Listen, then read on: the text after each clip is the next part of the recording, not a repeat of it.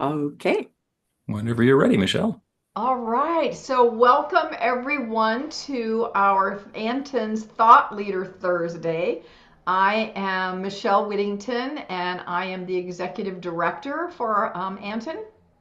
Dr. Pjae Stanley, who is the coordinator of this beautiful experience that we have every month, was not able to be with us today. So I'm filling in. I'm not sure I can quite fill her shoes, but I will do my best to fill her shoes today and just help. I don't really need to do very much for this to be an amazing experience. But we always like to begin by grounding and anchoring and centering in prayer. So I'm wondering who on this call would like to pray us in?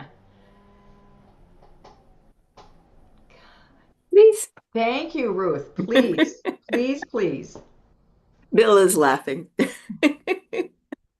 All right, my dears, let's take a breath and be centered in this place, in this time, in this amazing experience, knowing without a doubt that we are expressions and experiences of the all that is, the one that is all power, all love, all beauty, all joy, always, everywhere, throughout, all that is. And as we accept this truth of our being, we realize that all of that power, all that love, all that joy, all that beauty, all that harmony is who we are, each of us and all of us, individually and collectively. And we are becoming ever more fully aware and alive in this experience of the one that is all that is. And in this knowing, we are aware that the wisdom of the infinite possibilities, the infinite past, future, and now is flowing in us and through us, about to be experienced in whole new ways. And for this, we are eternally grateful. The possibilities unfolding in us, around us, through us, for us, and for the well-being of all beings. For this is what is, truly, which is why we say, and so it is. Amen. So it is. Thank you, Dr. Ruth, and welcome to everyone who joined us. I love when we pray people in. So we open our eyes and we see a whole lot more faces. I love it. Two protocol, Zoom protocol, which we probably don't need to say, but I'll say them anyway before we get started. And that is number one, if you're not speaking, would you please make sure you're muted? Otherwise, we can get background noise and hear things that we shouldn't be hearing that kind of get interrupted. So if you wouldn't mind doing that, that'd be great. And the second thing is, if you're comfortable being on screen, we'd love to have your face on screen so that we can see you. And it just helps our connection better if we can see each other. So I do know sometimes it just doesn't work for you in a particular day to be on screen. But if it does, we'd love to have you on screen. So that's it for protocol announcements. I want to jump right into today because there's so much juicy stuff and I'm not a big person for introductions, so I'm going to make this kind of short. Because first, but I do have to say personally, Dr. Janine is one of the, if not the longest standing, I'm not saying oldest, Janine, I'm saying longest standing member of Anton. Yeah. So yeah, that is a feather right there, and speaks to her commitment to this organization and to consciousness development. And I've been blessed to be Janine's friend for 30 years, at least, my friend, probably at least 30 years. So let me tell you a little tiny bit about her. Her credentials are as long as my arm, and I'm going to give you some of them here. So first of all, she is a religious science practitioner, minister, and doctor. So we'll start with that. But then she has gone so beyond that with credentialing and learning and growing up until some of you who were on the call before we officially got started. She just got a new certification just. So she is an interfaith chaplain, a certified havening and emotional freedom technique practitioner. She's a grief support specialist, And recently, as of what, last week, Janine practically received her advanced EFT and matrix practitioner certification. Really, her mission in life is to serve people. And what I know about Dr. Janine is that she does everything with a consciousness of truth and a heart of service. So she is going to bring those components to our time together today, where she shares with us some wisdom around how to support people and ourselves in times of trauma and stress. So, with that, I turn this over to our blessed and beloved speaker today, Dr. J. Thank you, my dear friend, Dr. Michelle. I'm delighted to be here today. And I got interested in this material a while ago, The Worst Is Over, because of its similarity to my background in religious science, because verbal first aid has great emphasis on the power of thought to influence a person's physiological and emotional well-being.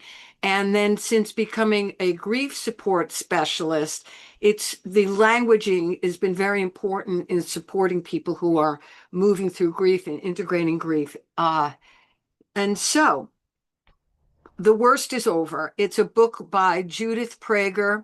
The full title is The Worst Is Over, Verbal First Aid to Calm, Relieve Pain, Promote Healing, and Save Lives. It's by Judith Acosta and Judith Simon Prager. It's been called the Bible of Crisis Communication by the International Journal of Emergency Mental Health. And what it really is all about is the idea that in a crisis situation, the right words spoken in the right way at the right time will actually change the course of recovery.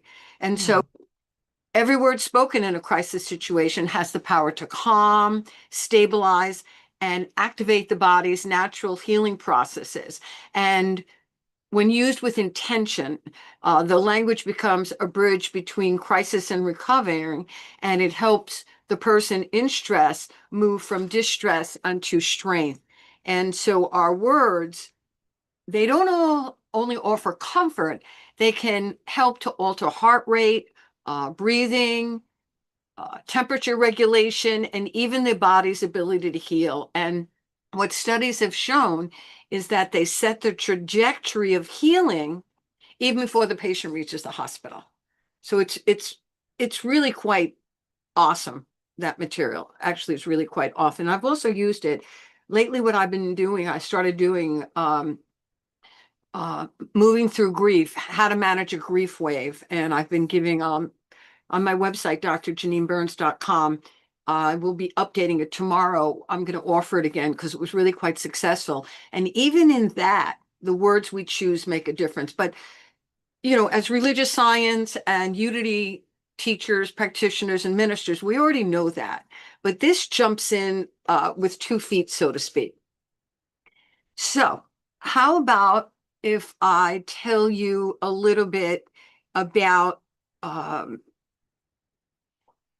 I had an incident when I was a young girl, and what happened with me was I was in kindergarten, and a little girl was holding on to a counter on each side, and she was swinging her feet, and she kicked me in the chin, and that's the part of the body that just bleeds and bleeds and bleeds, and it was just an ordinary day that was interrupted with trauma, and so what happened, chaos unfolded around me right in that moment. Panic everywhere. And you could hear voices, oh my God, is she going to need stitches? Is she okay? What happened? Is she all right?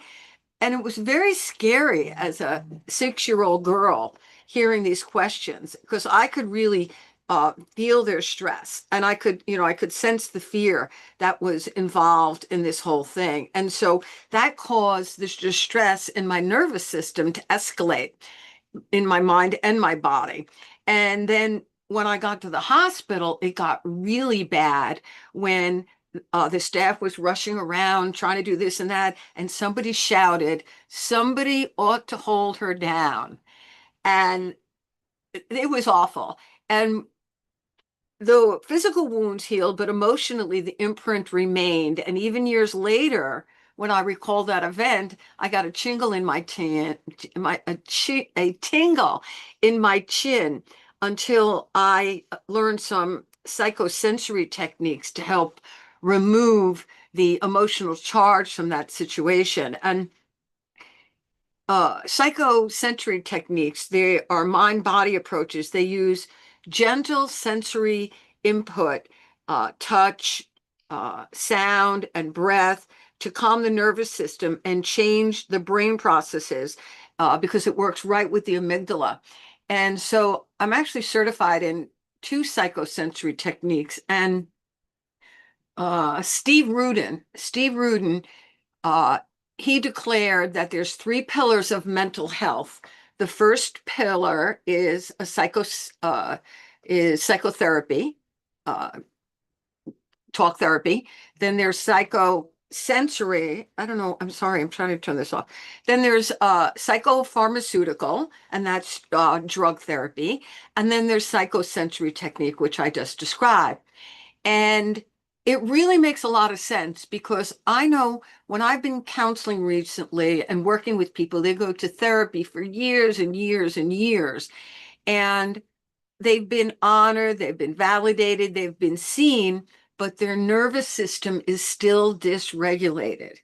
And when your nervous system is dysregulated, you're not going to shift out of grief. And also, if your nervous system isn't regulated when you're doing your affirmations or your prayer work, they're not going to land. They're just not going to land because your brain is going to go, nah, that's not true. I'm not buying that. I don't believe that.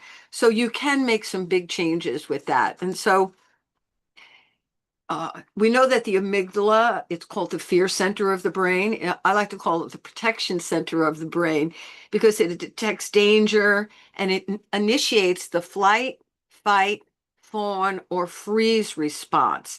And what happens is when there is a trauma, such as a crisis situation, uh, you know, talking about the worst is over, maybe a car accident or a child falls or something, what happens is the amygdala continues to operate even long after the danger is past because something called AMPA receptors have become imprinted on the amygdala. And so the nervous system kicks in and it prioritizes safety over rational thinking. It just wants safety, safety, safety. And so psychosensory techniques can dephosphorate. I think I may have said that right. And that is, it takes the glue away from these AMPA receptors. They're like little antenna on the amygdala, and it gently takes them down. And once you start to regulate the nervous system, the first thing that happens are delta waves. Delta waves begin to calm you, delta waves. And then the more you do the regulation of the nervous system, next comes serotonin, the happy hormone, dopamine, GABA, and even oxytocin follows. And so let's switch gears and let me tell you now about what this book has. The book, it's a tome, it's a big book. And it says what we hear and how we hear it shapes not only the person in crisis' immediate reaction, but their long-term physiological and psychological response. And so there's an incident in the book which is really helpful and a verbal first aid. And it's from a guy named Tim. And he was an EMT assisting in a male who had been in a car accident. And so first he got centered, and then he introduced himself and said, "My name is Tim. I'm going to help you. The worst is over. I've called 911. They're on the way. I see that your leg needs attention. And why don't you scan the rest of your body now and tell me, how is your other leg? How do you feel?" And then what he said is, "I'm sure there's someplace else you'd rather be like right now. Where is that? Maybe a beach or a garden or in the country." And while your body is tending to healing, you can let your mind go to this favorite place and you can begin feeling comfortable there now. So the first thing he did was get himself centered. This is the person who's responding to the person in crisis. They got himself centered.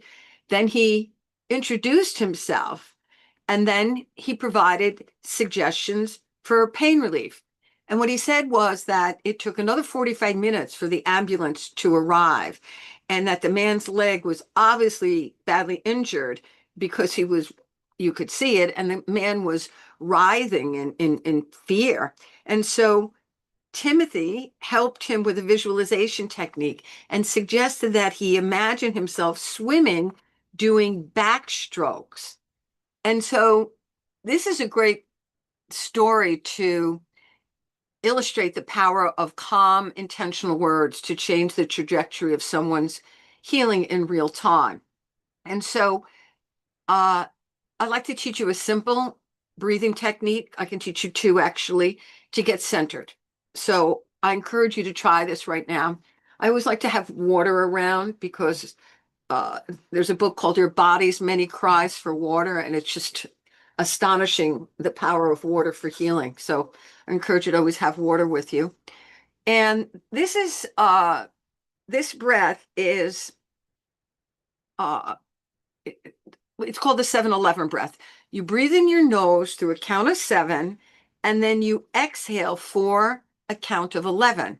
Now, the numbers don't really matter. What matters is that the exhale is dramatically longer than the inhale. And so you breathe in through your nose. You can follow along with me. Breathe in through your nose. Hold it for a second, then exhale through your mouth, super slow. Slow, slow, slow, slow. Studies have shown you do that breath 3 times, you immediately kick in the parasympathetic nervous system and your body begins to calm. So breathing through your nose, 2, 3, 4, 5, 6, 7. Pause and exhale through your mouth, super slow.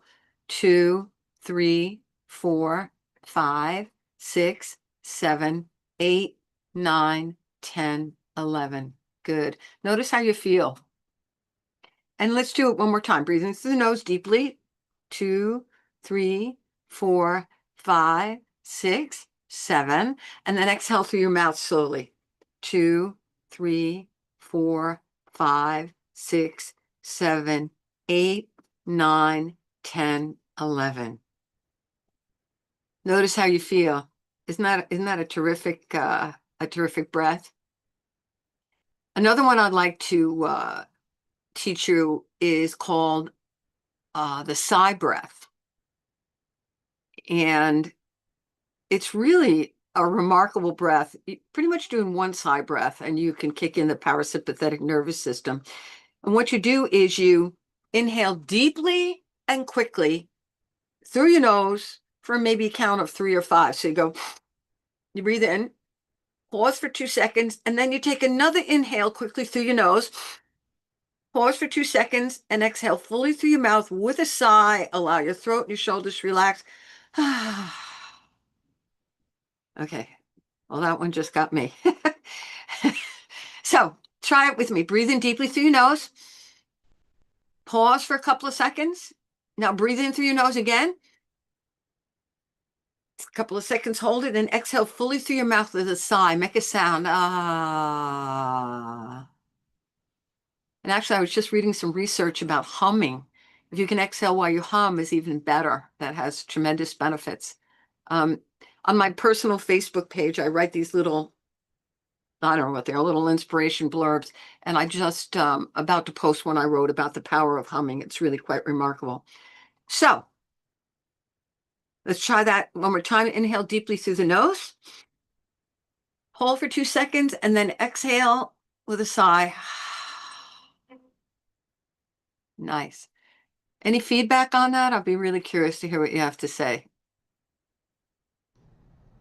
And if you could raise your digital hand, that way I can see you because I can't see the whole, we got a whole lot of people here. I can't see all of you. So raise your digital hand if you'd like to share.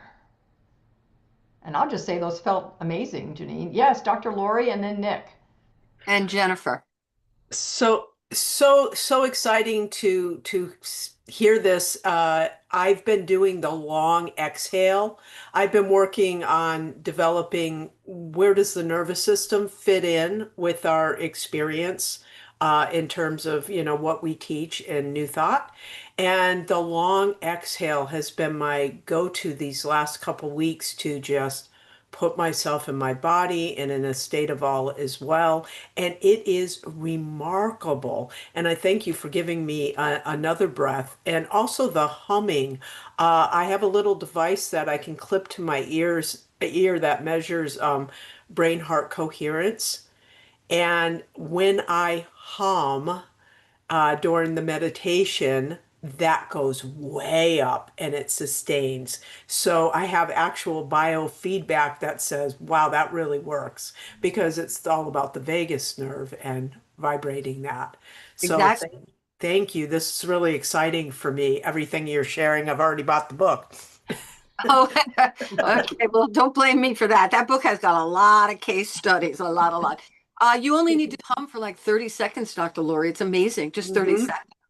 And yeah, and the breathing is stellar. Parasympathetic nervous system, vagus system. It's just remarkable. And I encourage, if you're working with somebody, not somebody in crisis, but if you're working with someone, I encourage you to ask them, notice how you feel. Check in with your body and notice how you feel and give it a number from 0 to 10. 10 means you're super stressed, and 0 means you're no stress whatsoever. And then after they've done the breathing, you ask them to check in again. And it's quite remarkable how people have shifted. It really is. People think I you're amazing. I did that on Saturday actually with my spiritual center, and it was what happens when you smile as well. It activates a whole cascade of hormones and vagus nerve and all of that, and it was really cool. I just said, how are you experiencing your energy in this moment? And then we did that, and we did the breath, and now how are you experiencing it? And everybody was like, "Whoa, how quickly that shift came." It was Nice. really something. Yeah, it's Beautiful. really wonderful. Yeah. Thank you. Thank you. We've got Nick who also has his hand up. So Nick, you're on. Okay, well, I thought that the two techniques you taught with now, I'm unmuted, aren't I? Yeah, we can hear you. Yeah, Yes, yes. I had this note on my screen. But anyway, I I um I thought they affected me differently. I thought the 7-Eleven technique um was very relaxing, but the two breaths in and then out with a sigh um, was actually kind of invigorating. What they have in common is they brought me together. They focused me. Hmm, Good. And anytime you lengthen the exhale, you relax. And when you speed up the inhale, you revitalize. Let's use that word. So that's why the two breaths in made you feel more up. But the longer exhale calms you down. Thank you. Yeah. Okay. Patricia. I like what Nick just said because actually the two breaths in is a technique that in the modality that I use for energy healing is something that actually does energize and builds up more um, life force energy for the practitioner. So yeah, he was right on with that. Thank you, Patricia. Thank you. Janine, that's all the comments I see. So continue, my friend. Okay, let's continue. So, uh, first you get yourself centered. Then you introduce yourself to the person. Hi, my name is Janine. I'm going to help you. I called 911. And what's important is what not to say, as well as what to say. Don't comment on their appearance. Focus solely on offering guidance and reassurance. And she emphasizes in the book about your voice being calm, even, clear, low pitched, and reassuring. Because sometimes when there's excitement, our voice it goes up an octave, and that can be really disconcerting to someone listening. And so there are things to avoid to say when presenting suggestions. You don't want to say, don't die, or you don't want to say, how could you do this to me? But you'd be surprised, Reverend Michelle. I've heard people do that. How could you do this to me in an emergency? I mean, I actually, I love performing funeral and memorial services, because when you bring them new thought in a funeral memorial service, you change their life. It's just so beautiful. So that's what I really love doing the most. And I can remember one time this lady went up to the casket, and I don't know what the thing you kneel on is called, but she flung it across the room and she said, how could you do this to me? And this was actually not that long ago. And so I fortunately had the skills to work with her. But people do say that.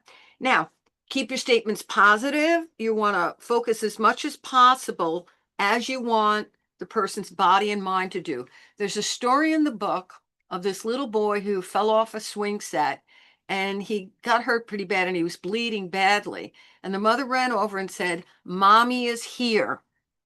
And she told him to bleed enough to clean the wound and then to stop bleeding. The bleeding stopped. It was just absolutely outstanding what happened in that circumstance. And then she said to him, I need your help. Will you be my helper right now to help distract him? And he was. And she asked him all sorts of questions. That was a good example in the book. Avoid words like pain and hurt. Ask, what are you feeling? Don't say, where does it hurt? Or don't say, where are you feeling pain? Ask specifically, what part of your body needs attention? And that is very helpful, because if you say, where's the pain and the hurt, the amygdala goes on a mission to find and experience those feelings. So you don't want to use those words. It's difficult, but if you practice, you can learn how to speak without using them. The next thing is, instead of saying yes, but, try not to say but almost all the time unless it's necessary, because but negates everything you said in front of it. So saying yes and. And then also avoid using the word try, because try can imply failure, because either you're going to do or not do something. So again, you don't want to do try. Reverend Bill, Dr. Bill has this information I'm about to tell you now, so you don't have to voraciously try to take notes. So there's this guy, his name is Dr. Wright, M. Eric Wright. He's a psychiatrist, and what he did was he highlighted the profound effect of calm, intentional communication, not just in the moment of crisis, but in terms of long-term healing, how it affects long-term healing. And so he developed this very simple model as an adjunct to what the EMTs and the medical professionals do. So the first thing he said was to remove the person from the environment only if it was safe to do so. And the reason is because, and you see this a lot on social media, people love to take pictures of what's going on, and that can be very disturbing, the conversations that they say and what's talked about. So that's the first thing. If safe, take them out of the environment. And the next is ensure, if you can, that no unrelated conversations take place, especially people on the sidelines going, oh my gosh, that's horrible. Oh, it's going to take him forever to heal from that. He's lucky he didn't die. All the things which the amygdala does not need to hear.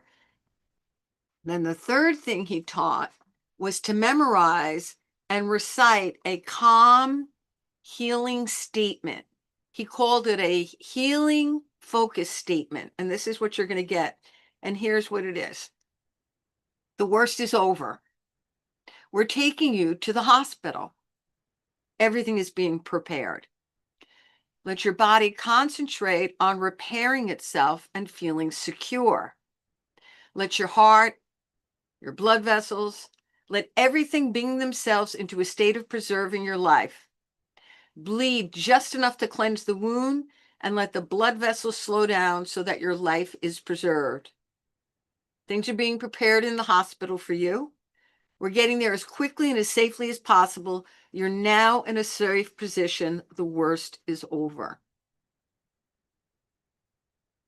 I'm just looking in the chat. And so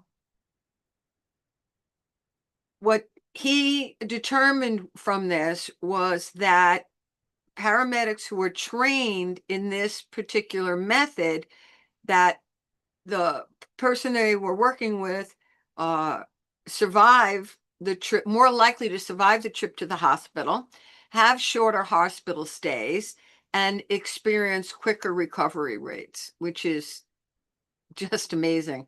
I don't know how he determined it, but apparently he did studies on this. This is Dr. M. Eric Wright, and Dr. Bill is going to make sure that you have that. Verbal first aid. So I got so psyched about this. I actually called the author, Judith, and Judith Simon Prager, and spoke to her about this. And because the book was written, I think, in the early 2000s, and what changes, etc. And so what she said, and I thought this was really interesting. She said, you know, since the book was first written, that she's learned that listening and finding the right word. No, wait, listening is just as important as finding the right words. Listening is just important as finding the right words, because, you know, sometimes we just want to make it better right away, make it better. And she talked about repeating back to someone who is hurting or hurt what they say. You know who did that? We had him, Michelle, when many years ago, when we were over in your neck of the woods at the Casa. Yeah. And he taught us that. Greg Bear. Oh, Greg Bear, sure. Greg Bear, yeah. Real love, wrote the books Real Love. Yeah, Real Love. And then also who did a lot of work on this too is Harville Hendricks and his wife. But mirroring, and so you repeat exactly what the person says. And so, you know, my back, and tell me about your back. You're not supposed to add to it like I just did, but just repeat. I love doing it with little kids. They'll come in, they go, look, I have a dinosaur. You have a dinosaur? Yeah, and it's blue. It's blue? Yeah, it's blue and shiny. Wow, it's blue and shiny. And so just repeating back and reflecting back, she spoke about that it tells people that they're heard and seen, and that we all long to be heard and seen. That's what Judith told me. And she said that, you know, it's really easy to rely on platitudes, but when they're present, we have the opening then to find the right words that are going to remain in their minds and hearts way after the circumstance. So I encourage you to keep that in mind when you are working with someone and doing the worst is over. So any questions on that before I shift gears? Because what I'd like to do next is speak to you about how to get yourself back to center once there has been a crisis. Any questions? So raise your hand if you have a question, and as you're thinking and raising your hand, Janine, I don't know if this is shifting gears or that you plan to talk about this later, but I'd love to know your thoughts on, I mean, everything you've talked about so far has been about like a physical crisis. What about an emotional crisis? A grief, a sudden loss, or even maybe it's not sudden, but it's a loss of a job, of a partner, of whatever it might be. I'm sure everything you're talking to us could apply here as well. So I'd love to hear a little bit about that, if that fits into what you want to share with us. Yeah, absolutely. So there's concrete losses and ambiguous losses. Concrete losses are obvious loss, death, divorce. Those are concrete losses, loss of a pet, and they're acknowledged and accepted by our society, our culture. Ambiguous losses are more undefined losses. Getting over a broken heart, you know, because a relationship changed. Could be graduation from high school or college. It could be moving to a new home. There are many ambiguous losses. And that is particularly where psychosensory techniques become so valuable, where you can learn to calm yourself. Like I had a grief wave yesterday morning, and I had just taught how to move through a grief wave last week, and I was using all my techniques to move through it. I first honored myself and allowed myself to cry. But then at some point, I didn't want it to last the whole day and bring me down mentally, because it's like you're in a boat, and you get in that boat and you're out to sea, and then your oar goes over and like, oh, I don't have any oars, and then you look and like, oh, where's my life jacket? So you're out stranded at sea. Psychosensory techniques can bring you back to port, so to speak, and help you navigate the loss. And so in answer to your question, absolutely. So what happens is your amygdala goes on alert when you're grieving, and high alert, and it works vigilantly to protect you. It floods your system with stress chemicals. You've got cortisol, epinephrine, and it's the body's survival response. And so even after danger ends, these chemicals are in your body. And so that's why, as a helper, it's important to learn some super simple skills. And I would like to teach you a couple of them right now. Havening techniques. Haven, the word haven means a place of safety and comfort. Thus, havening techniques. You can go all over YouTube, and there's lots of havening videos, and I encourage you to check them out so you can learn. But I'd like to teach you one particular technique that happens to be my favorite technique. But let me show you first how to haven. I encourage you to notice how you're feeling, even after those delicious breaths that we took. Notice how you're feeling so you can compare it to how you feel after we do these techniques. So we can start with stroking your forehead. I was working with someone who was in traumatic grief, and they like to do it this way. Rub back into the head, but you stroke your forehead. That's one way. The next way that we're going to look at is stroking down on your cheeks, number 2.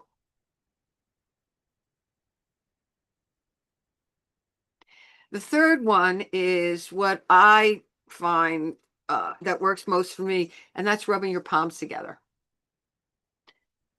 So what these all do is activate T cells, and they go right to the amygdala, and that's where it kicks in delta waves, and then the cascade of brain chemicals, the serotonin, the dopamine, and the GABA, etc.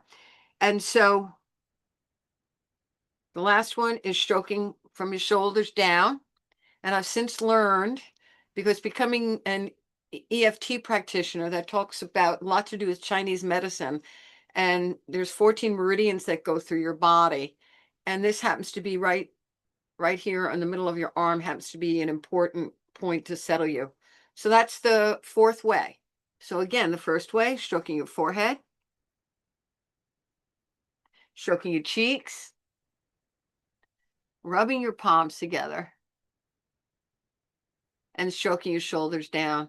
I remember when your body intuitively knows this, and once you know these techniques, you'll notice people doing this. You'll notice people do it. Sometimes I go like this.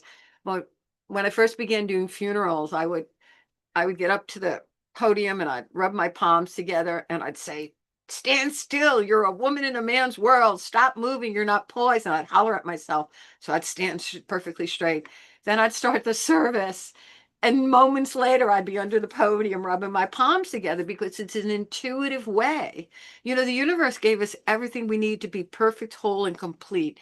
And I always wondered about that until I learned psychosensory techniques. And now I absolutely emphatically believe that, because we can be, Jesus talked about walking in the kingdom, right place, right time, divine synchronicity, divine order, and moving in that way. And when you learn how to calm the nervous system and work with the brain, make your brain your friend instead of your enemy only because it's trying to protect you, life changes. It's really wonderful.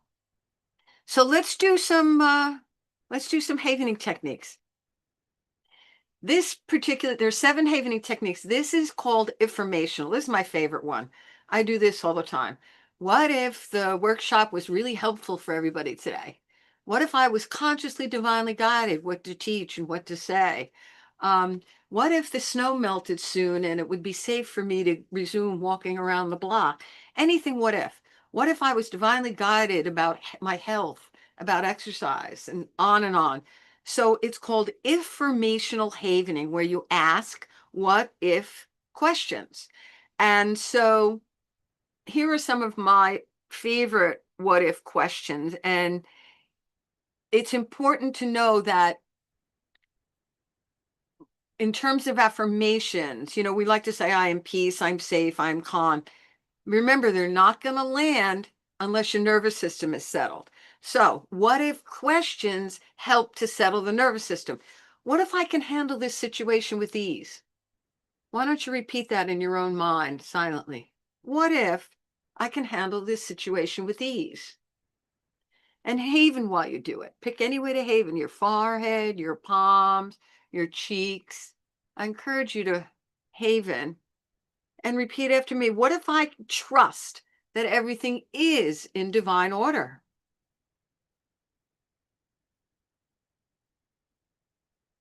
What if I absolutely believe there is only divine right action?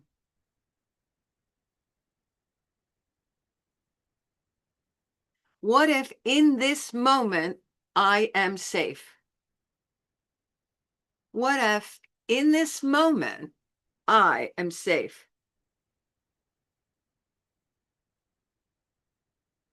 What if I'm stronger than I realize?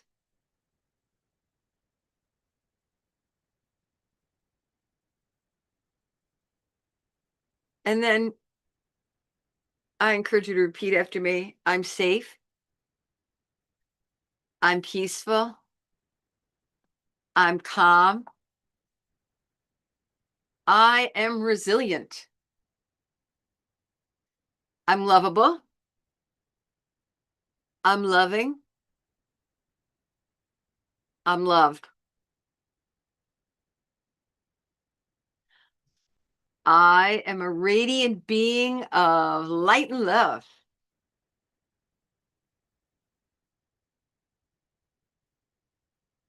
I am divinely guided in all ways, always. I am divinely guided in all ways, always.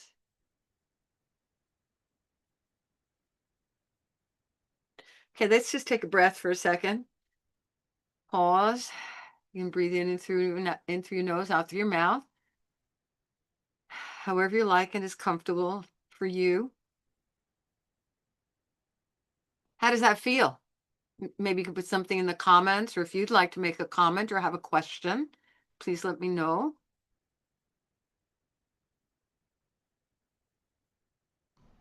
Dr. Sherry. Hi, everyone. Hi. Hi, Janine. I just want to give kudos to you because at Anton, you taught us this technique. And because I live in Minnesota and everything that happened here, I was using the havening that you taught us there. So, and I think I sent you a Facebook thing, but I just want to thank you, thank you, thank you. And I taught people here that because there's been a lot of trauma going on here. So, kudos to you for teaching it in October and again. So I just want to say it worked. Thank you so much, Dr. Sherry. And yes, I think I responded to you. No, thank you so much. Yeah. My pleasure. Anybody else have any comments or questions on havening? Janine, I'll just comment that I love I'm 100% with you on the idea of our affirmations, our prayers can't land if our minds are in crisis. They can't. And so I love the technique here of havening to really get you, and the breathing, everything you've taught us today, to get our nervous system settled down, our brains settled down, so that those beautiful words of affirmation that you just shared with us could actually land. and then be effective and powerful in our lives. So thank you so much for that. And Ruth, I see your hand. Well, I was struck by how much this conforms to what many people do with their lotion, as they're preparing for whatever, and to think of that as not just the process of putting on the lotion, but the ah at the points where we're putting on the lotion. So had to say something about that. No, and estheticians, when you go for a facial, they're havening you. And you not only do you come out looking sparkly on your face, you're sparkly in your brain because you've calmed your nervous system. That's a great thing to add every time you get a facial, ladies and gentlemen, to start to say some affirmations as she's havening your face, right? I love that. Exactly. So how about if we do a little more havening, and then if you'd like, I can teach you, well, I know about grief. I could teach you the acupoints for when you're grieving, which ones to work with. We've got about 10 minutes, Janine, so whatever you want to provide for us in that time, Okay, we would love it. more. Let's haven some more. Notice how you feel again. Just give it a number. Notice how you feel. Even if it's just like a 1 or a 2, just notice how you feel. And let's do some beautiful affirmations, knowing who we are, our spiritual identity. So, haven however you want, whatever's comfortable for you.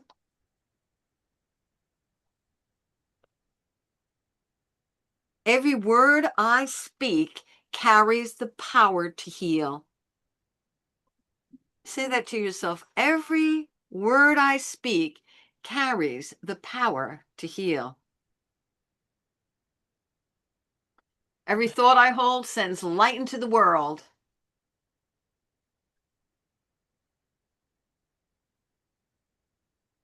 I'm fully present.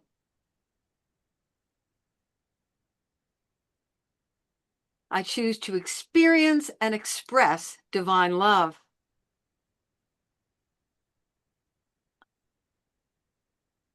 I'm a living channel of divine light.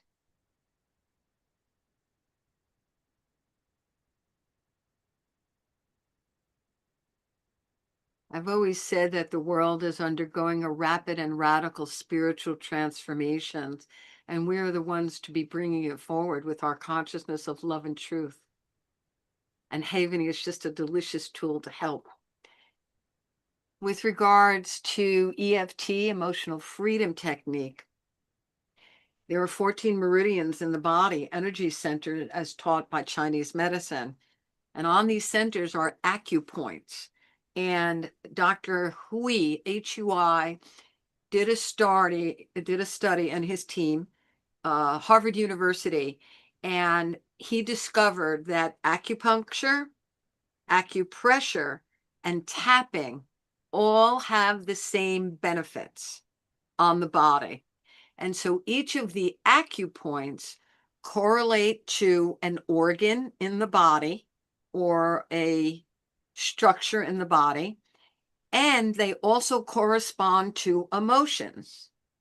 There are 4 tapping points particularly associated with grieving, and they are under the eye. It's directly under the eye, the pupil. I have this cool little device here that I don't know if you'll be able to hear it.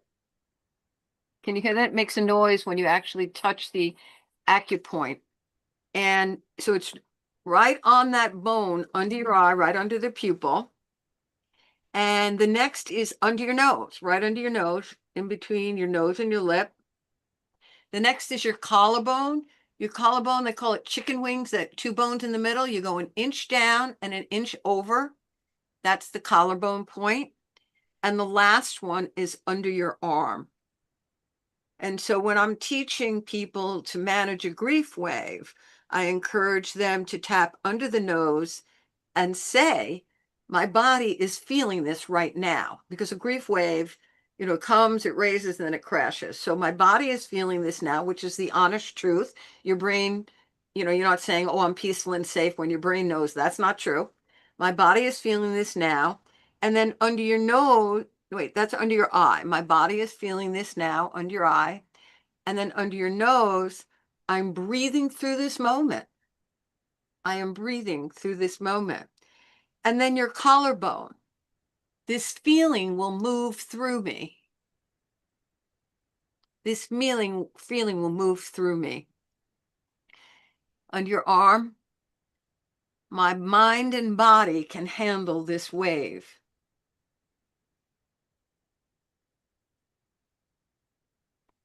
I encourage you to check out my page, Dr. Janine Burns, DrJanine Burns.com. And if you sign up on the mailing list there, we will send you and let you know when I'm going to be doing various Zoom meetings on all the different topics that I've learned. I think it's going to be a terrific way to offer services to people who really want to shift the brain chemistry and really want to shift into a greater and deeper awareness of their connection to the power within them, and awaken a greater awareness of that divine presence within. I remember for years and years, I would think about it, what does that mean, the kingdom of God? And what does that mean? Jesus walked in the kingdom. And I came to the conclusion that it's when we are consciously aware of who we are, consciously aware of our divine nature, consciously aware that wherever we go, we are a radiant being of light and love. And what I learned in my last training is that one person who is focused and centered, regulated is what she used, can affect 750,000 other individuals. So isn't that a motivation to do your prayer work and your affirmations every day, to stay centered in the light of truth, and your radiant energy can go out and affect 750,000 people? Pretty amazing stuff. Wow, thank you, Dr. Janine. This has been amazing. Could we give her a round of applause or reactions of hearts and love, whatever works for you? I just recently learned how to do this, so I have to do it. Yeah, there we go. Janine, we're sending you hearts and love. So, so beautiful.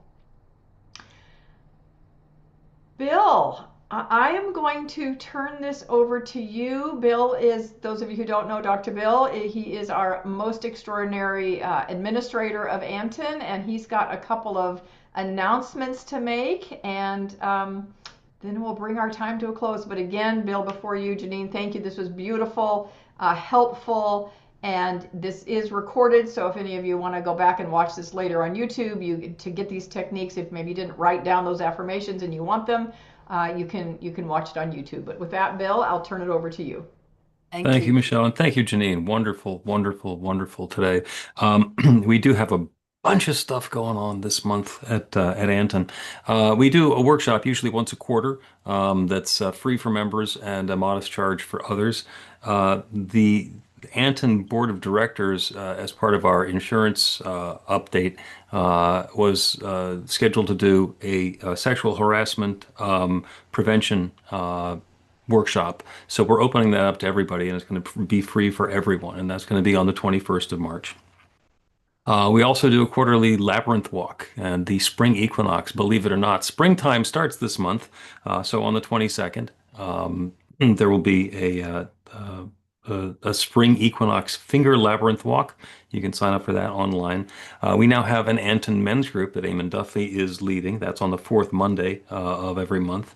The prayer call happens as usual on the second Tuesday. You can sign up for that. Usually that's Gabe Beauregard and Ruth Miller leading, but they're both going to be at the Anton board retreat in Kentucky at that time. So Dr. Sherry McMurray is going to be leading that one. Every Wednesday evening, Eastern Time, 3 o'clock in the afternoon Pacific Time, we do an online meditation. Had 15 or 16 people on it yesterday, including a guy playing the crystal bowls. You're invited to come to that. The Anton Retreat, if you didn't remember, is the first week in October. It is going to be spectacular back at Unity Village. There will be an email coming out after this with a link to the YouTube. The YouTube is actually already on the bottom of the Anton homepage, which you can get to at antn.org, or if you can't remember the abbreviation, it's also newthought.org. And it will include the worst is over phrase that first responders are invited to memorize. It will also include a link to the PowerPoint for New Thought Day, because New Thought Day is the first Sunday in March, which happens to be this coming Sunday, which is the 1st of March.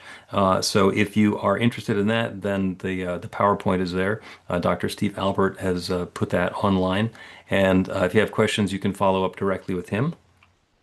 Thought Leader Thursday next month. I'm going to switch hats now because the special guest is me, as we talk about how everything is spiritual and metaphysical and includes the release of a brand new book. And PJ will be back for that. I think that's enough for now. Everything is on the website at anton.org. Thank you, Bill. Thank you all so much for being here. Go out and haven, go out and tap, and go out and be amazing beings of light and love that you all are. Love you lots, and hope to see many of you next month and at the retreat and at other times. So we're going to have a little breakfast now this morning. So these don't have any calories, by the way. No calories in these. And enjoy your breakfast. Thank you, Dr. Janine. Amazing how people just go to this real easily. Which one you want? And none of them have calories. I want the sweet one.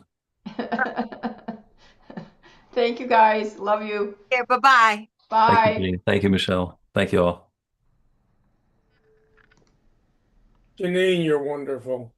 Hey, Steve, thank you. Good to see you, dear. Wonderful, wonderful.